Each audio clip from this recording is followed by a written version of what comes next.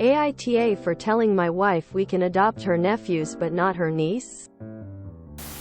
I am not the OOP. OOP is you, own antelope 3340.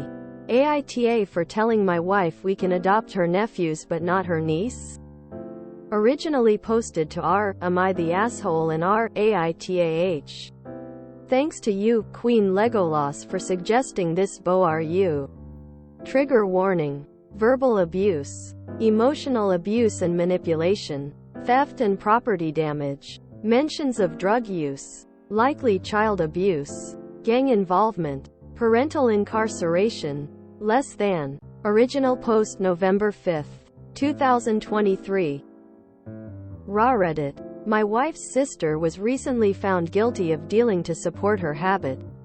She will be sentenced this week and is looking toward a long term because this is not her first time caught dealing. She has 3 children, 2 boys, 4 and 5, and a girl, 14. No one on her family's side wants to or are in a position to take the children except for me and my wife. However, I'm demanding 2 conditions. If we're going to take the children in, I want us to adopt them. I don't want 50 people looking over our shoulders trying to tell us what to do. If we're going to be legal responsible for them, I want to be able to parent them as we see fit. The second condition is that I'm willing to take the 2 boys but not the girl. The 2 boys have not had any rules in their lives and are terrors, but they're still young and can be taught right from wrong. The girl has gone past the point of no return.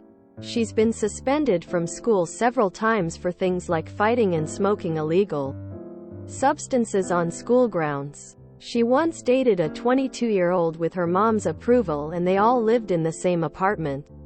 That didn't last long and now she's dating an 18-year-old who is a gang member. He was arrested when he was 14 on a home invasion charge but was released because it was his first time arrested and his age. This is a mess and we've been arguing about it for an entire week.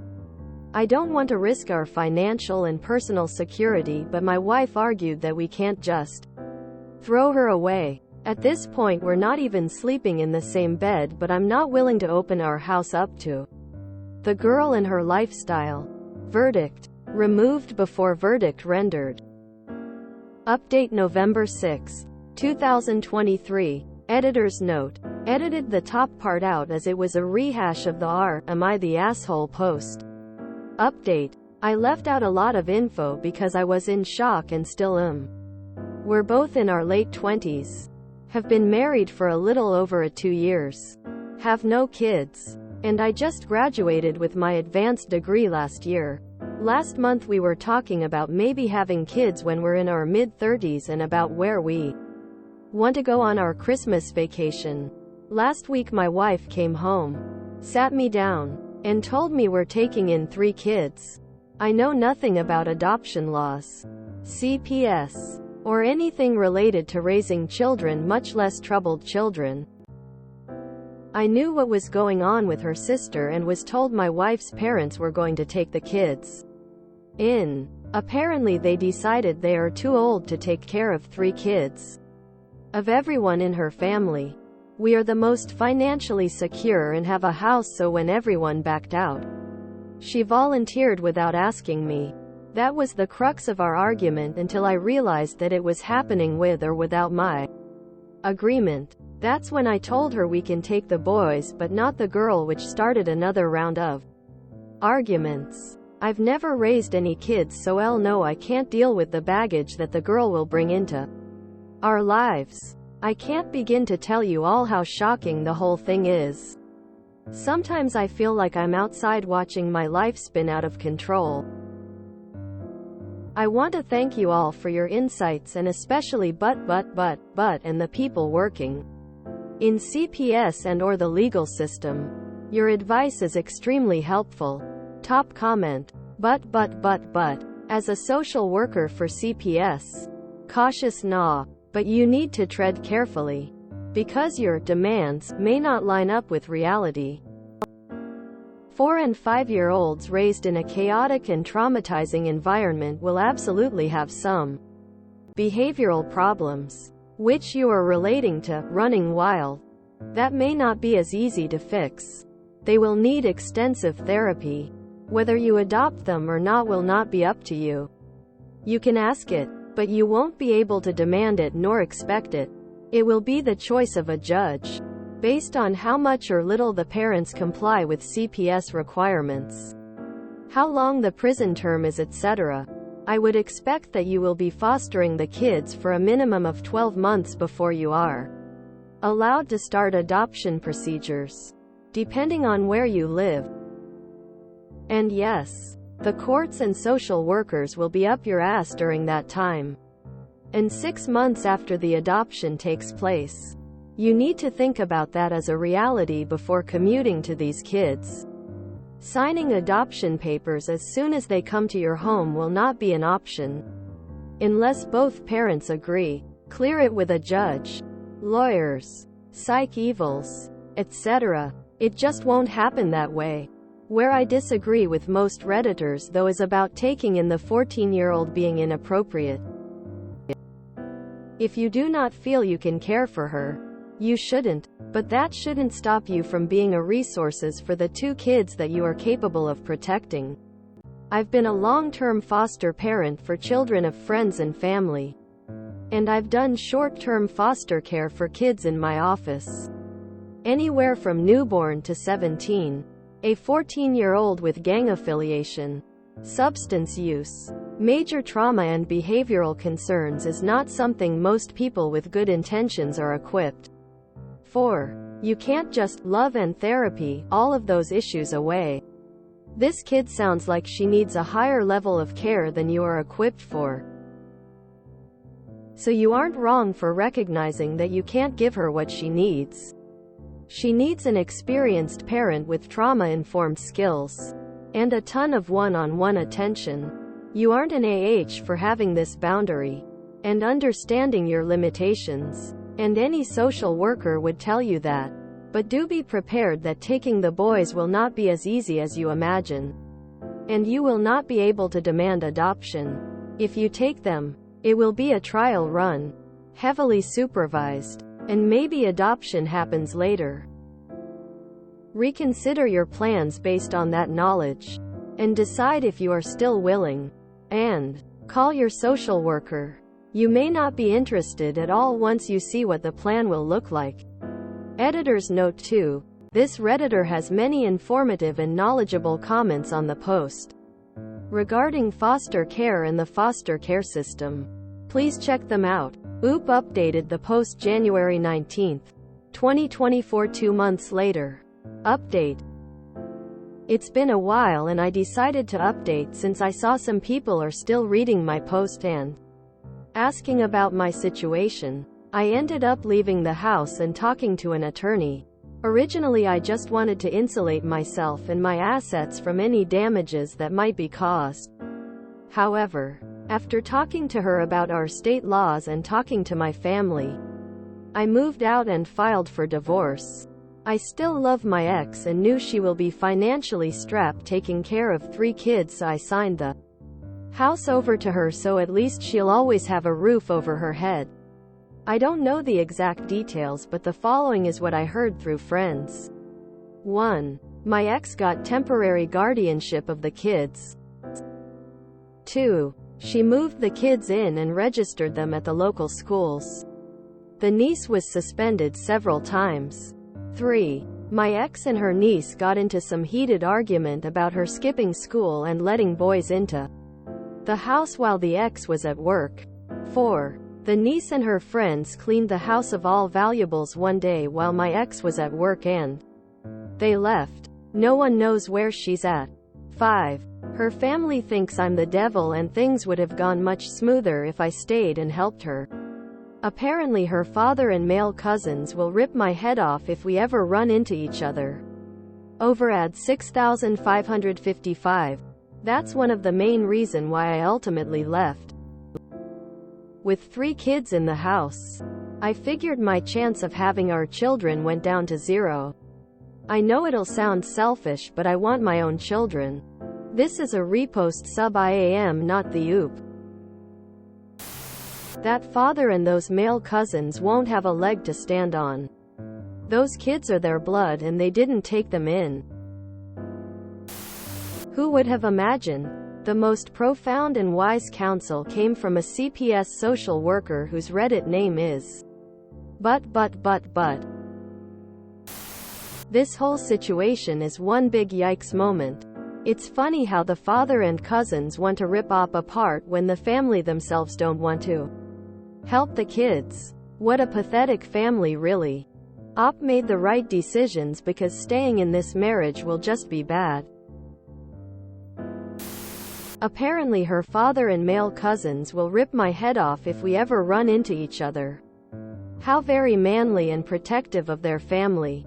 What about using some of that bravado to help with those kids? No? Yay. That's what I thought. If we ever run into each other. If the father is as vigilant in his revenge as he is with his parenting skills, Oop has zero to worry about. Even before the update I could see this was going to stuka into the earth and the dumpster it had crashed into was going to catch fire. And I was not surprised when it happened. I'm a social worker and former foster care caseworker.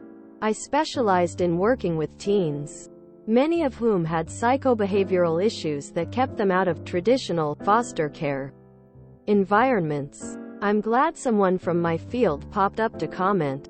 Just because someone is family doesn't mean they are the best placement for kids in these situations.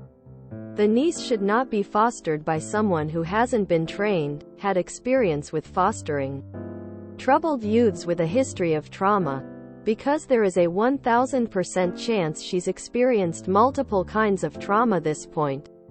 And the nephews should really not be going to someone who's never even had kids before. But there isn't a DCFS in this entire country that isn't desperately short on foster care providers. Particularly therapeutic ones. Or ones who will accept teens. And who, boy, were his expectations unrealistic. This is not a once-a-week therapy situation for the nephews. They're going to need extensive behavioral intervention and years of intensive efforts at home. OOP's soon-to-be ex will have a hard time balancing their needs with her own career, dating, marrying, kids of her own. This situation sucks for everyone involved. 5. Her family thinks I'm the devil and things would have gone much smoother if I stayed and helped her. Oh yeah, if only he stayed, then there would have been more stuff for her to take. Also wildly hypocritical of their family to complain that there wasn't another person to help out, while not helping out. I still love my ex and knew she will be financially strapped taking care of 3 kids, so I signed the house over to her so at least she'll always have a roof over her head. I can't imagine being so financially well off that I could just fully sign over the marital house like that. Her father and male cousins.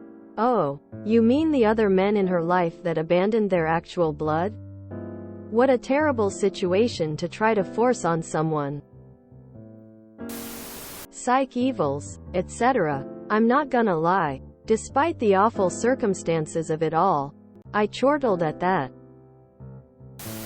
What's more shocking to me is his ex made the decision to take all of the children in and wouldn't compromise with her husband. Like, girl, you were a part of a team. It's no longer you thinking, I can do this, rather it's, can we do this? When you are married, you are a team. It's a partnership, not a commandship. Hopefully she is able to give those 2 boys the love they deserve. I believe the girl might be too far gone, but at least his ex tried. Shame on those grandparents though. Like, seriously, they should have stepped up for at least her, or any of the kids. I wonder how much the father and cousins are helping out, or if they tried before. It really is so wild to see how powerful and destructive of a force serious addiction is. Not only that, but the reach its impacts have. Its impact and magnitude so great that it can take down the marriage of people merely in its radius. What's she expected to do? Turn away her sister's children and throw them into the foster system, having to live with the guilt of turning her back on the most vulnerable victims of this situation? Can he be expected to commit to the chaos this will bring into their shared and relatively new life, along with the not unlikely sacrificing of having his own children? Fucking sad man. Just sucks all around. All the men in the family want to assault him, but are nowhere to be seen when it comes to actually raising those kids. What a bunch of complete losers. I do not blame Oop for walking away from this whole situation.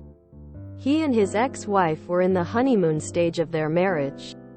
The ex-wife didn't even consult her husband on such a monumental decision that would affect both their lives and marriage. He wasn't prepared to give up his hopes and dreams to care for the Sill children.